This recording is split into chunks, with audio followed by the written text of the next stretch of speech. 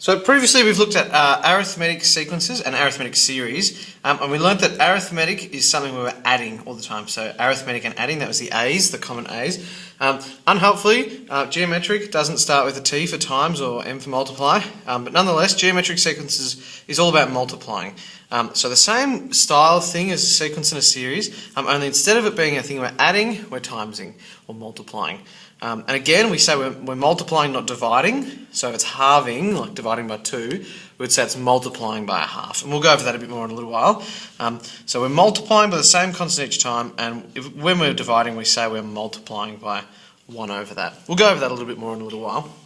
Nonetheless, the only real difference is that we're multiplying instead of adding now, because now we're in a geometric sequence and series. Yeah, that's the big difference. That will affect the formulas too, because if you're going to multiply instead of add, it's going to change the formula. But the formulas do the exact same thing. So you see the same style of questions. Alright, let's look at some basic examples.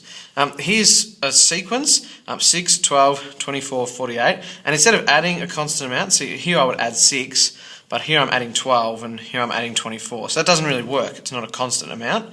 But instead, here I'm timesing by 2, and here I'm timesing by 2, and here I'm timesing by 2. So each time I'm multiplying by 2, or I'm doubling it effectively, so my rule is multiply by 2. So we say the common ratio is 2. Instead of calling this the difference, now we're calling it the common ratio. It means the same thing really, except for that we're multiplying. It's just got a different name. So we use R to talk about the ratio, rather than D for difference, R for ratio. Again, the first term is 6, and we would call that A. We still do the A for the first term, like we did previously. So here's our rule for finding any term. You remember the arithmetic one was A plus n minus 1 of D? Well, this is the geometric version. A times r to the power of negative 1. So, for instance, n's the number of the term, a is the first term, r is the common ratio. So the only real difference, these two are still the same, is this r instead of a d. We're timesing instead of adding. And previously, when we were adding, we could just take away the first term from the second term to find out what the difference was. Well, now, if we want to find the ratio, we can just divide any term by the one previous to it. So this is like the next term, t of n plus 1, divided by the previous term, just t of n. So this is one more term. So if this was t of 5, this would be t of 5 plus 1, so t of 6. So it's the next term, t of 6 divided by t of 5. Or t of 4 divided by t of 3. We'll see that a little bit in this coming example. So here we're being asked to find a lot of things, A, R, T1, T4 and T10. So it's probably worth 5 marks. It's pretty generous. A is a pretty quick grab. A is 3, that's the first term. The ratio, what are we doing each time? Well, again, I can see it just by looking at it that we're doubling each time. 3 times 2 is 6, 6 times 2 is 12, 12 times 2 is 24, and I might just put that in there for you. Times 2, times 2, times 2, times 2. And obviously we assume it just keeps being times 2. That's the rule of this sequence. If you weren't sure though, to find out the ratio, you could do the second term divided by the first term. So 6 divided by 3, 6 divided by 3 is 2. So it still works to do it that way. I reckon in this case it's easier just to look at the sequence. It's up to you. If it's a bit harder, you might want to double check by using that. You could even do T3 divided by T2, or T4 divided by T3, T5 divided by T4, or T6 divided by T5. We could just do any term that we wanted, as long as it's by the previous term. So T1, well, we know what T1 is anyway, it's 3, the first term, but let's check with the formula. A times r to the power of n minus 1. So we're looking for t of 1, so n is 1. T times 1 equals 3, that's my A, times r, which was 2, to the power of 1 minus 1. So that's my n there, that 1. 1 minus 1 is 0. If you don't know how to do 2 to the power of 0 in your head, which is anything to the power of 0 is 1, and then you could do 3 times 1 is 3, you could just put this in your calculator straight from here, and it will tell you that 3 is the answer. That might be quicker. For some of you, it might be quicker to do it by hand, whatever is quicker for you.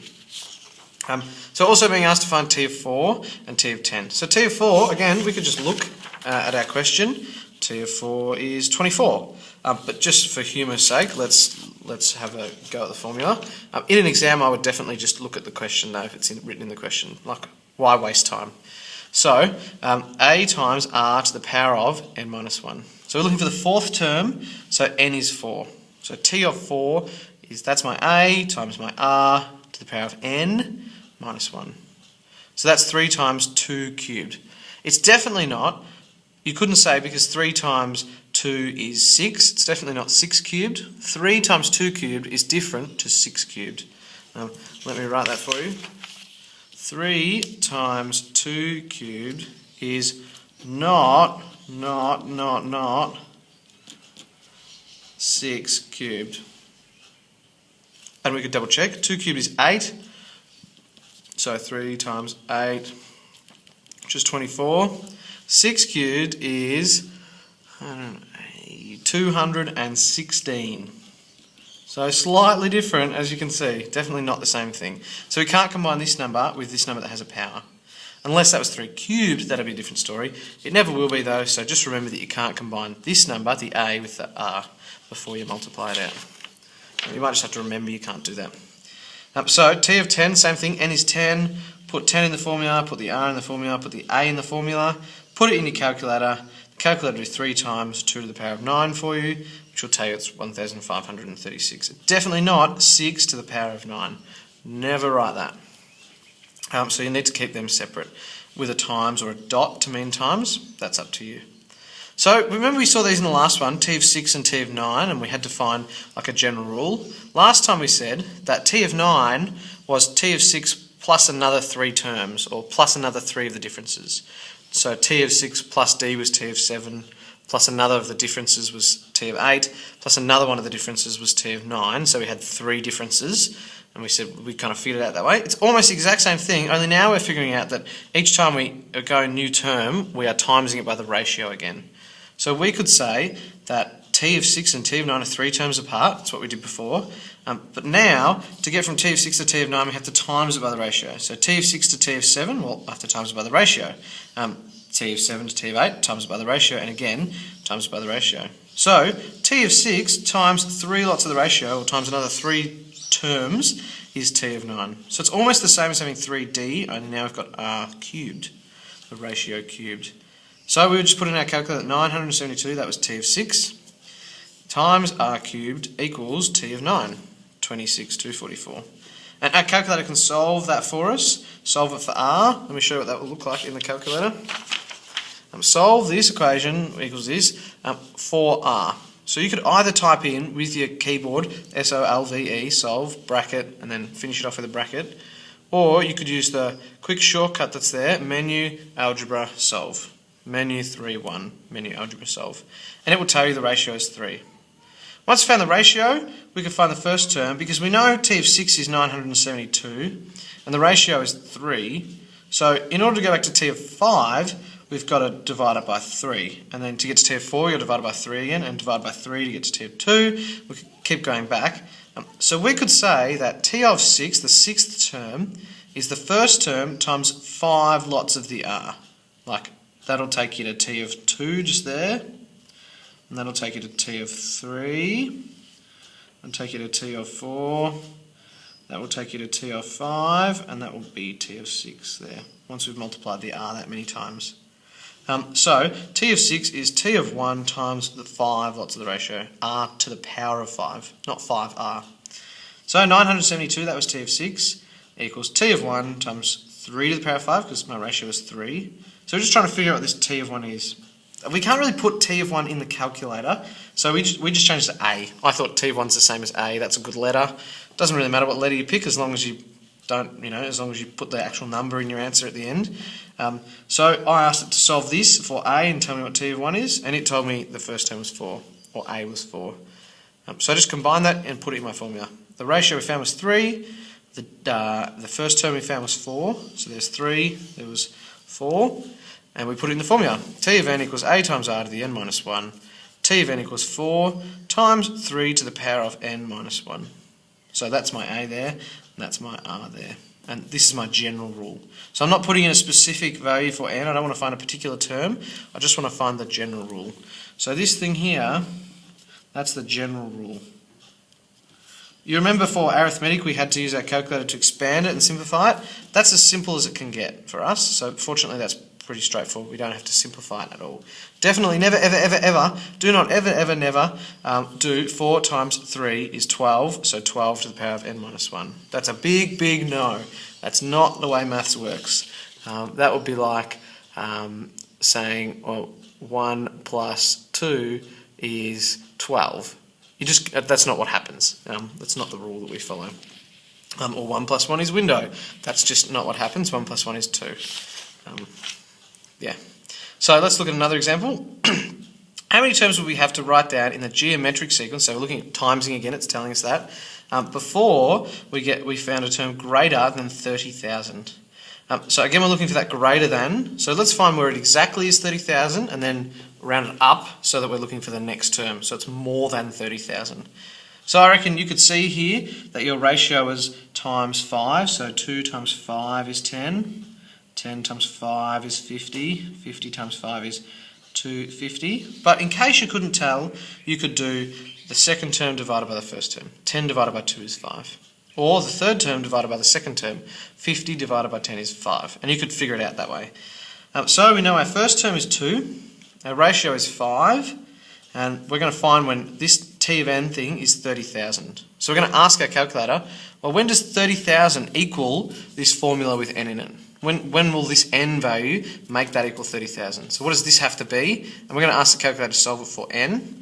And it will tell me, well, if this side's going to be 30,000, the n has to be 6.97. So I'm saying the sixth term won't quite be 30,000. In fact, because it's geometric, you can see later on it's heaps less than 30,000. But once we get to the seventh term, we should have exceeded 30,000. So if we could have a half a term, or 6.97 of a term, then we could get exactly 30,000. But we need to exceed that. We need to go over it. So we're going to say the seventh term. So t of 6 will be too small. T of 7 will be the first to exceed it. And I just checked that. I used my calculator with the formula and checked that t of 6 was in fact 6,250, so it doesn't exceed, or it's not greater than 30,000. And t of 7 was greater than 30,000, or it exceeded 30,000. And I just wrote yes. I was excited. That's fine. We've succeeded. We've guessed t of 7. So my answer is t of 7 will be the first exceed. If this was worth 2 marks, you'd probably get 1 mark for something like this, and you could either write that down by hand and solve it that way, or solve it with CAS. And then here's your other mark for the answer. T of 7 is my answer. Alrighty, let's try one more. Find R, the ratio in the following sequence. So it's getting smaller every time. So you remember I said in arithmetic sequences, we said we were adding a negative amount. And you remember a minute ago I told you that we say that we're timesing by a fraction, or timesing by 1 over something if we're dividing by. We wouldn't say that we were dividing by. So to find the ratio, we need to do the next term divided by the previous term. That's a formula from the first page. So let's do, say, t of 2 divided by t of 1. 189 over 567. When we do that, the calculator tells us it's 1/3. If it tells you this, you might be using a scientific one, for instance. You just need to change it into a fraction. And there's a button to do that on your calculator. But if you're using a CAS and it's approximated, you can do menu, number, approximate to fraction, and it will tell you it's 1/3. Similar thing, we could do t3 divided by t of 2, 63 over 189. You might be able to see that the difference here is dividing by 3, 21 and 7. So you might know it's dividing by 3, but we would say timesing by 1/3, 1 over 3. So there's my ratio there, 1/3. So the ratio is not 3 or divided by 3, the ratio is 1/3. Let me give you another couple of examples just to really make sure we're all over that. If I'm dividing by 2, I'm timesing by 1/2, 1 over 2. So the ratio is a half. If I'm dividing by 3, I'm cutting it into thirds. So if I have a pizza, I divide it into 3 parts. I've split it into thirds. So I'm going to multiply by 1/3. The ratio is 1/3. Just like here, I was halving something, dividing it by 2. So the ratio is a half. If I split something into 4 equal parts, I'm getting a quarter of something. So I'm going to multiply it by 1/4, 1 over 4. So the ratio is 1/4. Same thing, if I'm splitting something into 7 parts, I want 1/7 of it. So I'm going to multiply it by 1 over 7. So it's just 1 over the number that we're dividing by. And the ratio here is 1/7. If you want me to show you a bit more of that so that you can really get your head around it, let me know. If you want me to show you any more examples, as always, just let me know and I'll do some more with you.